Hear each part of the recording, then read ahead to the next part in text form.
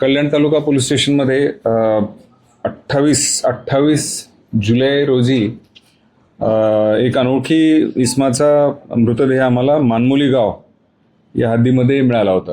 कपड्यांवरून असं दिसत होतं की तो शर्ट पॅन्ट, त्याच्या अंगावर एक सॅक होती समोर, त्याच्यावरून तो कुठेतरी नोकरी करणारा असावा असा अंदाज होता. अधिक तपास केले असता त्या मैताची ओळख पटली आम्हाला आणि तो किशोरचंद्र कार्तिक साहू वय 42 देवगाव तालुका मुरबाड येथील राहणारा होता. तो नंतर तपासामध्ये त्याची पत्नी व इतर त्याचे जे घरमालक यांच्याशी तपास केला असता असं कळालं की मिंडा कंपनी आहे मुरबाडमध्येच, तिथं तो कामाला होता. तब्बल 25 दिवस 20 दिवसानंतर म्हणजे याचा म्हणजे श्रेय मी आमचे कल्याण तालुका पोलीस स्टेशनचे तब्बल स्टाफ, जवळपास एक 25 लोकांचा स्टाफ अहोरात्र ह्याला एक चॅलेंज म्हणून झटत होता.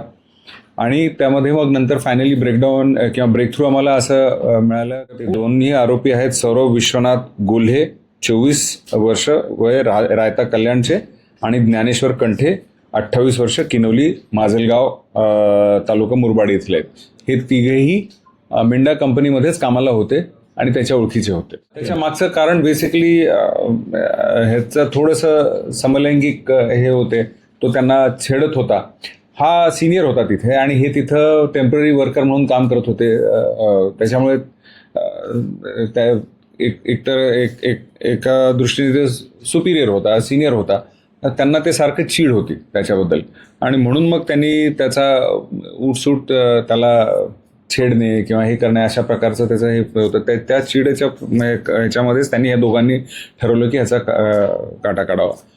यामध्ये आरोपीने जे वापरलेलं वेपन आहे ते हस्तगत झालंय. सगळ्यात महत्त्वाचं म्हणजे त्याच्या अंगावर जी सोन्याची चेन होती ती चेन सुद्धा आम्ही रिकवर केलेली आहे आरोपितांकडून आणि त्यामुळे हा गुन्हा डिटेक्ट झालेला आहे. त्याच्या दुसरा गुन्हा जो आहे तो 16 तारखेला किनवली पोलीस स्टेशनच्या हद्दीमध्ये शहापूर तालुक्यामध्ये खरपत नंबर 1 जो गाव होता तिथं एका व्यक्तीचा मृतदेह आढळला, ज्याचं नाव होतं वामन आलो निरगुडा. 52 वर्षाचा होता आणि त्याच्याबद्दल तक्रार जी आहे त्याच्या पत्नीने दिली.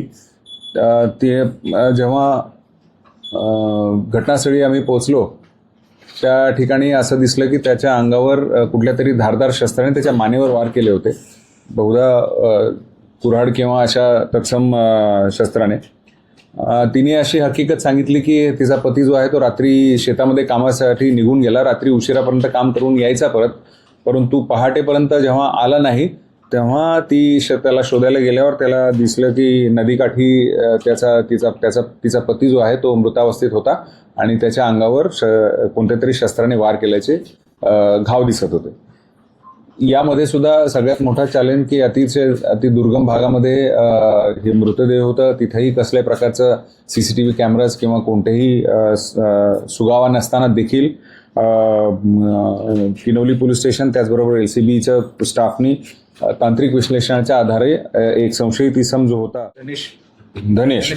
धनेश मेंगाळ हा त्या गावातलाच होता आणि त्याचा जे अनैतिक संबंध मृतकाच्या पत्नीबरोबर होते आणि हा सारखा त्याच्या आड यायचा, म्हणून मग त्याचा काटा काढण्यासाठी ह्यांनी त्याचा खून केला. यामध्ये सुद्धा सगळ्यात महत्त्वाचं चॅलेंज हे की त्याला आजकाल OTT प्लॅटफॉर्म किंवा ह्याच्यावर सगळे माहिती आहे की कोणत्याही प्रकारचा तांत्रिक सुगावा ठेवायचा नाही आपल्याला. मोबाईल बंद करणे, कुठल्याही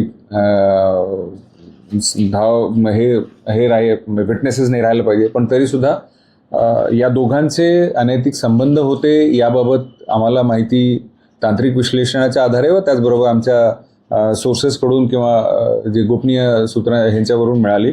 आणि मग जेव्हा त्याला सिस्टमॅटिकली इंट्रॉगेट केलं तेव्हा त्यांनी मान्य केलं की हो मी खून केलेला आहे.